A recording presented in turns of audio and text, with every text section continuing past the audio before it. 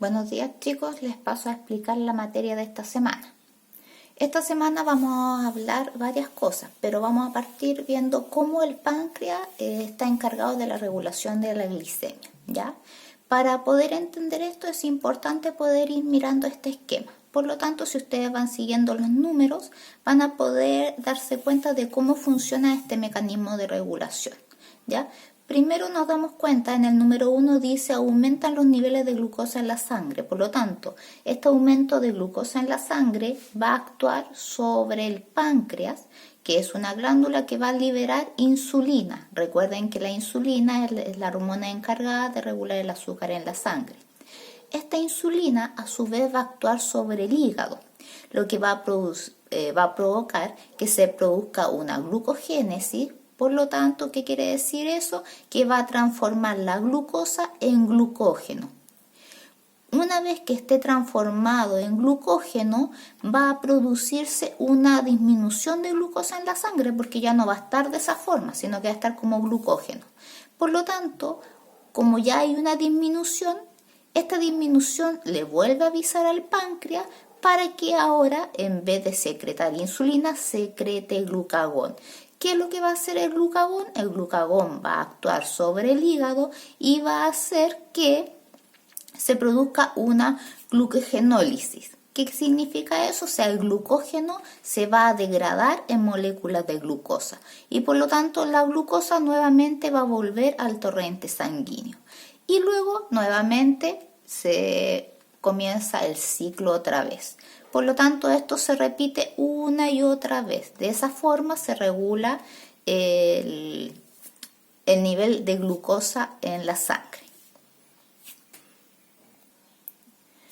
Luego de eso vamos a hablar sobre las hormonas y los cambios en la pubertad. Nosotros ya años anteriores hemos hablado de las etapas de la pubertad y aquí actúan principalmente dos hormonas, una relacionada con el sexo femenino y otra relacionada al sexo masculino.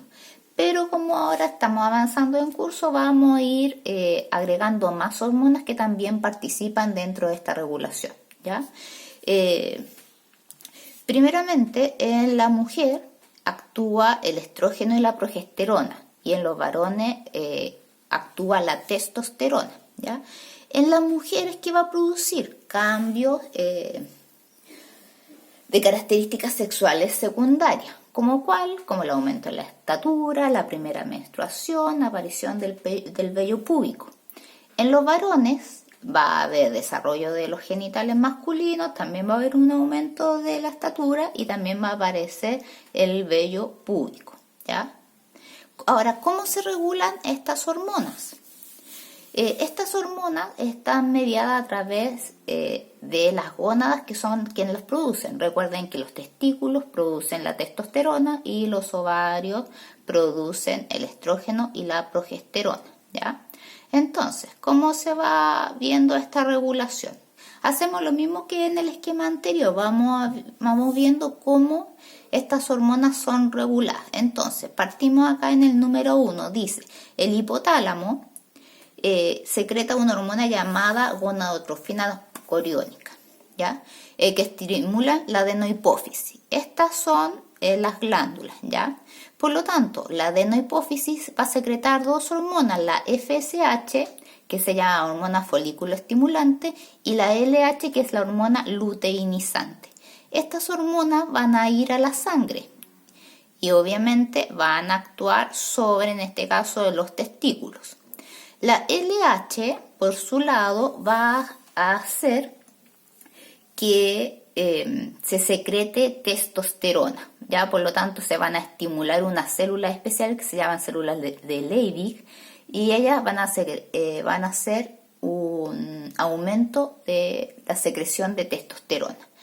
Por otro lado, la FSH, que es la otra hormona, va a actuar sobre unas células llamadas células de Sertoli, ¿ya? Que van a hacer que se liberen los espermatozoides para el proceso de la espermatogénesis. La espermatogénesis, ustedes tienen que pensar que es la generación de espermatozoides, o sea, para que estos se vayan produciendo, ¿ya? Por lo tanto, esta testosterona se va a liberar a la sangre y el proceso comienza nuevamente. ya desde arriba. Y la FSH por este otro lado, que es inhibidora, va a actuar nuevamente y el proceso se vuelve a repetir, ¿ya? Ahora, en el caso de la mujer, nuevamente, aquí el hipotálamo va a actuar sobre la adenohipófisis también, al igual que la anterior, liberando la hormona gonadotropina, ¿ya? Entonces, ¿qué es lo que va a hacer? Por un lado, la adenopófisis va a secretar nuevamente FSH y LH, que ya les mencioné que la FSH es folículo estimulante y la LH es la hormona luteinizante. Estas hormonas siempre van a la sangre. La única diferencia es que en el varón va a viajar a través de la sangre hacia los testículos y en la mujer va a viajar desde la sangre hacia los ovarios. Entonces, la FSH va a provocar la maduración del ovocito y se va a producir estrógeno. En cambio, la LH va a provocar la ovulación. Los días previos a la ovulación, el mecanismo de retroalimentación positiva, o sea, que es para que se produzca más, gatilla la ovulación.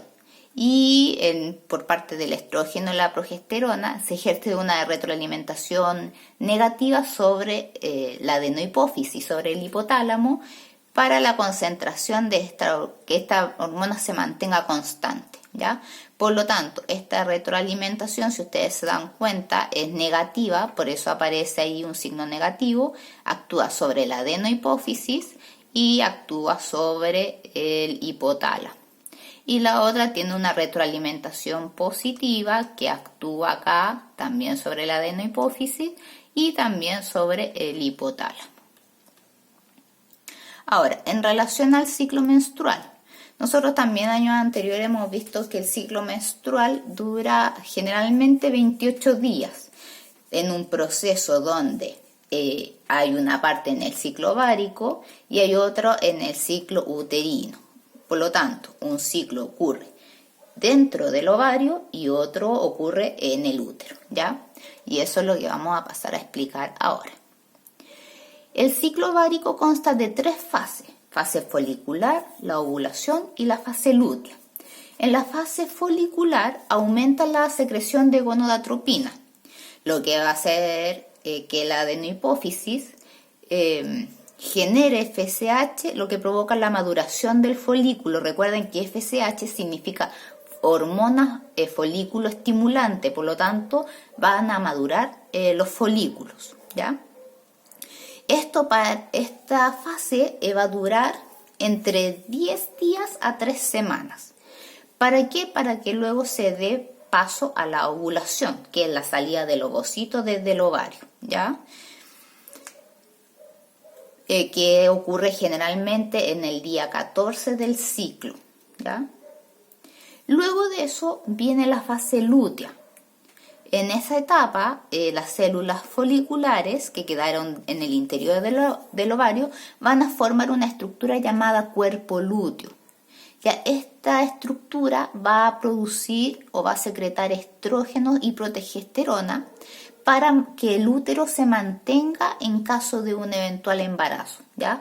En caso de que la mujer no haya sido fecundada, no haya quedado embarazada, el cuerpo lúteo deja de funcionar y por lo tanto se produce la menstruación.